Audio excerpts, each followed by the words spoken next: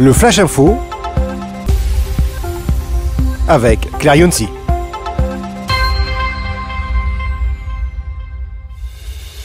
Bonjour à toutes et à tous et bienvenue dans votre Flash Info sur ANews Workwell. À la une de l'actualité, être réactif et disponible pour assurer le résultat.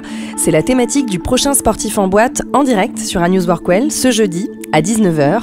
Dans ce nouvel épisode, Jérôme Papin reçoit l'ancien joueur de rugby Christian Califano et Marvin Douar, directeur général de 3DS Group.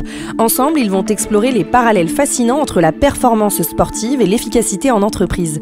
Si vous souhaitez vous inscrire, cliquez sur le lien affiché sous le podcast. Toute l'équipe d'ANews Workwell sera contente de vous y retrouver. Les EHPAD doivent se réinventer face au vieillissement de la population.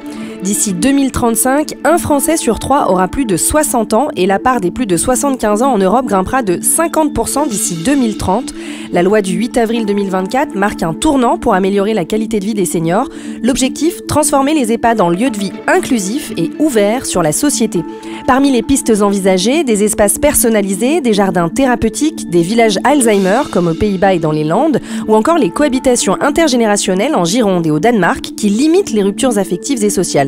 Les EHPAD pourraient aussi devenir des centres de ressources territoriaux proposant des services aux personnes à domicile, des activités culturelles et des espaces intergénérationnels. Mais cette transformation ne pourra se faire sans une revalorisation des professionnels du secteur. Aujourd'hui, les métiers du grand âge souffrent d'un manque d'attractivité, avec des salaires peu compétitifs et des conditions de travail éprouvantes.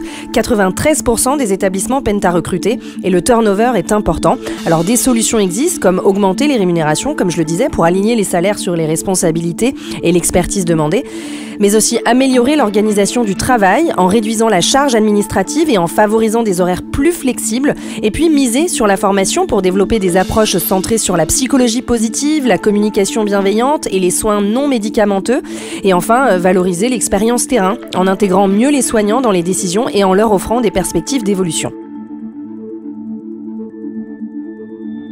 Si vous voulez rester connecté aux infos d'ANews Workwell, rendez-vous sur notre site ANews Workwell, le média d'information des nouveaux modes et lieux de travail.